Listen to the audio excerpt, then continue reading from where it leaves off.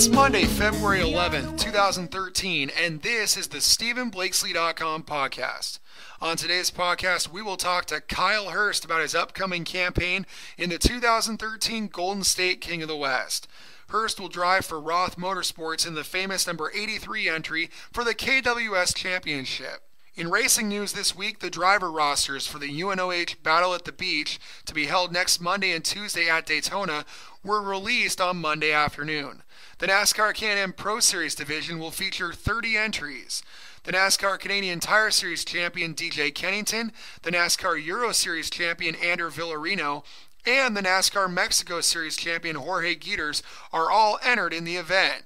Kennington will be teamed up with Sergio Pena in a potent two-car effort for Bill McAnally Racing. The 2012 Can-Am West Series champion Dylan Kwasniewski of Las Vegas will carry the famous number 98, with Mike Curb supporting his debut with Turner Scott Motorsports. Curb is also sponsoring 2012 Can-Am East champion Kyle Larson, giving himself two strong bullets in the battle at the beach. Both days of racing for the Can-Am cars, the Modifieds, and the Whelen All-American Series late models will be broadcast live with complete coverage of all on-track activity across both the NASCAR website and Speed Channel. Coverage begins at 9 a.m. Eastern on Monday morning with the first practice sessions. In our preview of the Battle of the Beach, we predicted that Kyle Larson, Corey LaJoie, and Derek Thorne will be the favorites to win this event in the Can-Am Series. Larson is one of those win-anything drivers who has won races across numerous different types of racing over the last 2 years, amassing over 50 wins. Corey LaJoie comes into Daytona riding huge success after having a great run at the flat quarter-mile Bowman Gray Stadium in the 2012 Can-Am East race there. And Derek Thorne has been strong on tracks new to the Can-Am Series, winning the Can-Am West debuts at Havasu 95 Speedway in Arizona and the Napa Speedway in New Mexico. Both of those tracks are low-bank speedways that will resemble the 0.4 of a mile temporary oval that the Battle at the Beach will be contested on. In other news this week, Bakersfield's Ryan Reed signed a 5-race agreement with Roush Fenway Racing for the 2013 NASCAR Nationwide Series. The 19-year-old driver has type 1 diabetes and will race for the American Diabetes Association. His debut is set for Richmond in April. He will augment the schedule with several starts in the new NASCAR Pro Late models at the all-new Kern County Raceway Park in Bakersfield as well. The Pro Late models announced their rules for the 2013 season that will allow Brodix-headed SLM cars, SRL Southwest Tour cars, and crate-motored SLM cars to race together in one combined series. Both perimeter chassis and straight rail chassis super late models will be legal in this all-comers pro late model class. The other driver move this week was that 2011 Stockton 99 Speedway Modified champion Wes Miller will return to Stockton for the full 2013 slate with Garcia Racing. Miller is expected to go head-to-head with 2012 state champion Scott Winters. The Winters versus Miller duel will make this modified season at Stockton a barn burner. When we come back to the StephenBlakesley.com podcast, we'll talk to Kyle Hirst about his upcoming King of the West campaign. But first, a look at our sponsors. StephenBlakesley.com is brought to you by MotoWear International. Throughout the world of racing, there is a common thread. MotoWear, online at MotoWear.com. And also brought to you by Matt Jackson of Proline Pit Carts, the promoter of the Toyota Southwest Superlates, racing on the road course at Willow Springs. For more information, visit swsracing.com. And we're back on the StephenBlakesley.com podcast, and we're on the phone with Kyle Hirst, who just wrapped up a busy tour down under. And Kyle, thanks for joining us. Hey, no problem. Thank you for having me tonight. Well, you've had a busy time already in 2013, recording 12 starts in Australia, and you got yourself 8 top 10 finishes. You were down there for about 3 months. Can you tell our listeners a little bit about your tour down there? Yeah, I was fortunate enough to get a call from Michael Cunningham and the Roos family. I drove for 2 different car owners. Came about, I was working at ART, and the guy that came over and bought a bunch of ARTs to go to start distributing them in Australia, Michael Cunningham. We plan on running 4 races with him in the late January. And then I got in contact with the Roos brothers that came out and run California quite a bit. And we ended up getting a 16-race deal and running for the two teams, and it worked out great. I think it would be safe to say that some of your most exciting runs down there had to be in that Cunningham ART. You had that sixth-place finish at the President's Cup. What did that mean to you to have all that success in an ART car that was built right here in Sacramento, all the way in Arizona? Or Australia, I should say. Yeah.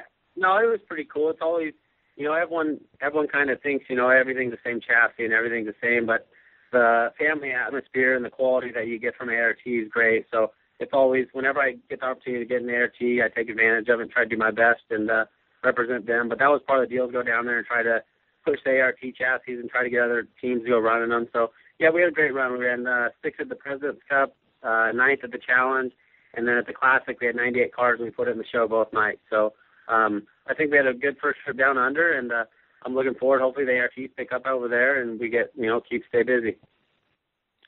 And 2012 was just a monster year for the ART chassis overall.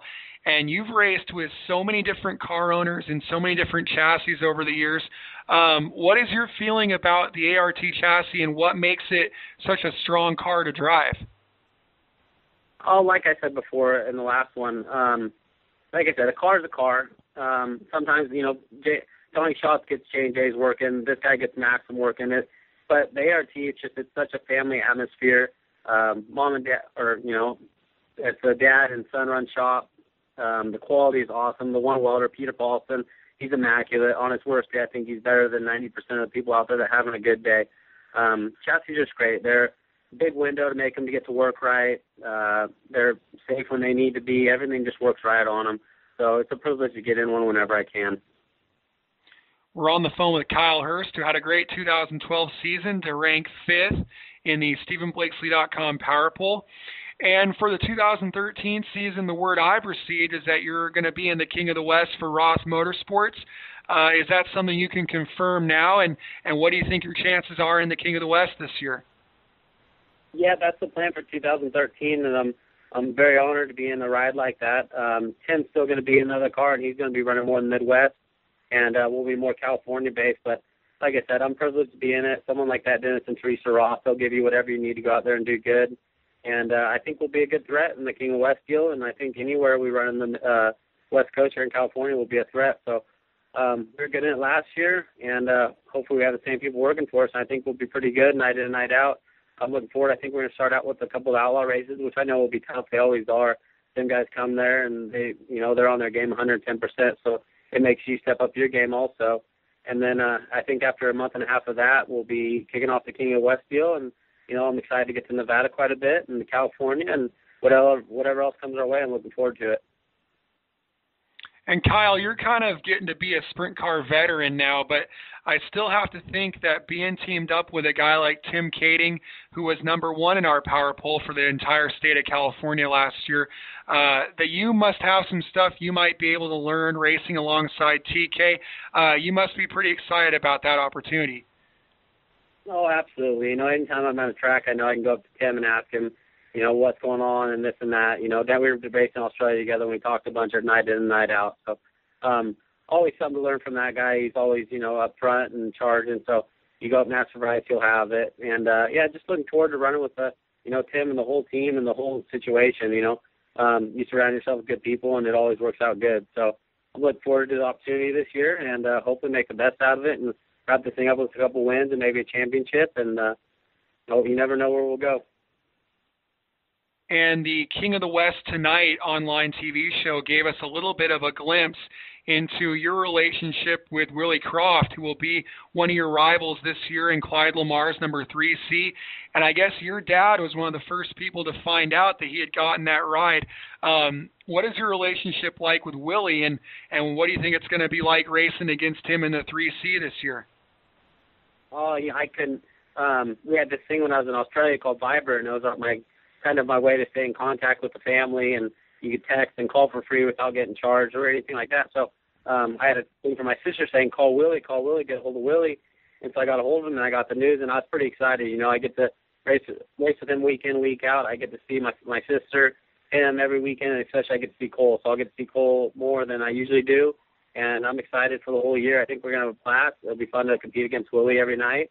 and I'm excited for him. I think he's gonna have a great year, and hopefully, like I said, I get to see the family every weekend, so I think it's fun to see the family and race every weekend. It'll get much better than that. I think if you look back at your 2012, some of your biggest accomplishments were your USAC wins. You got the win at Chico and Placerville in August, and then you took out the CRA guys at the Louis Vermeil Classic at Calistoga. I don't know. I don't think you have that big of a background in non-wing cars, so why do you think you've been so successful in them? I don't know. Everyone always asks that. I love the non-wing. I really do. If it ever worked into my time to do a year in Indiana, I'd love to do it. Them guys are awesome to watch what they do. The John Sambro, Dave Darlin, Hines, all them guys. It's fun to watch them. I'm on Jack's Last almost every night looking up something or watching something from there. So it's something I've always loved. I've always enjoyed. We don't get to do it that much out here on the West Coast, especially Northern California. But when we do, I love it. I don't know. I think it's easier to go from a wing car to a non-wing car. You just have to find your limits.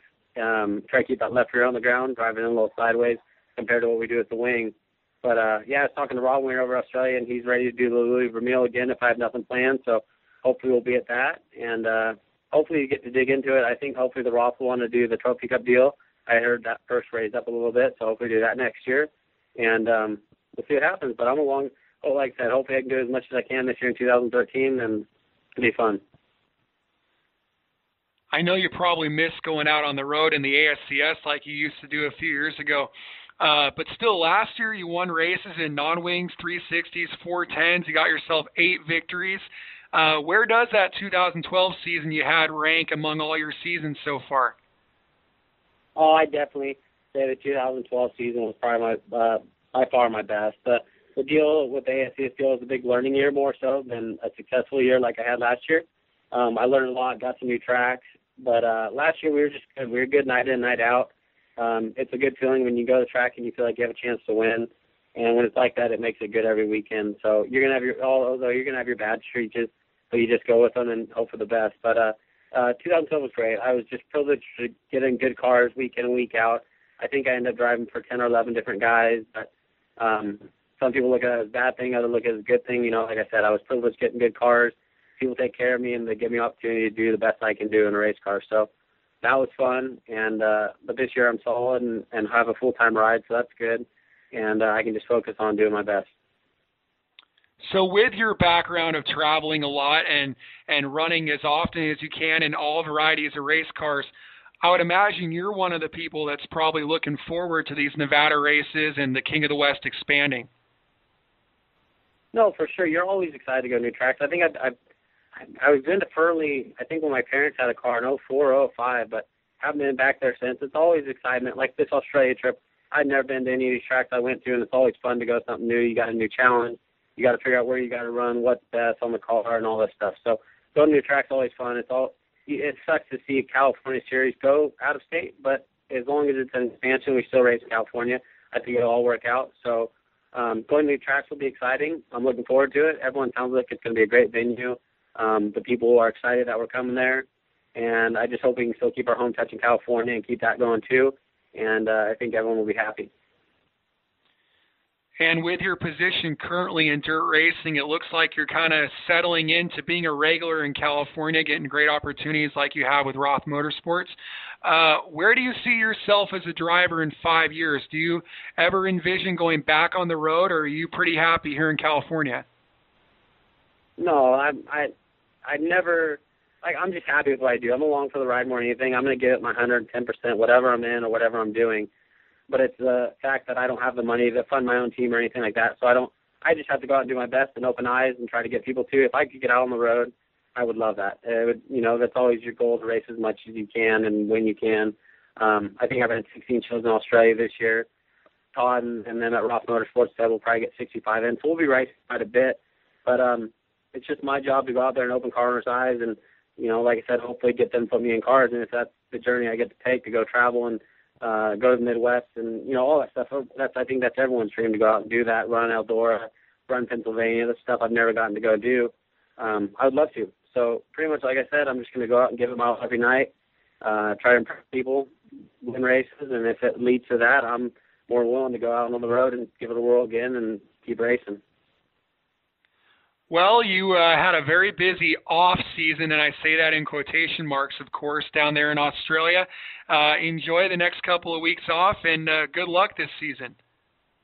Yeah, absolutely. Thanks for having me on. Hopefully we'll be up in those pools. Those pools you had were pretty cool. You know, every week I was catch myself checking up and see how I was doing, if I was moving up or moving down, and so it's always cool to have something like that and people in the sport like what you guys do. So thanks for having me on, and hopefully I'll enjoy my couple weeks off, and I think we kick off in March at Vegas with Outlaws, and we'll have a tough couple weeks, but we're ready for it. We want to thank you for tuning in to this edition of the StephenBlakesley.com podcast. Our thanks again to Kyle Hirst for coming on to this edition of the show, and good luck to Kyle in the 2013 season. A reminder for the best in short track racing news, you can follow us on our website, Facebook, Twitter, and YouTube pages. Thanks again for listening, and we'll see you at the races.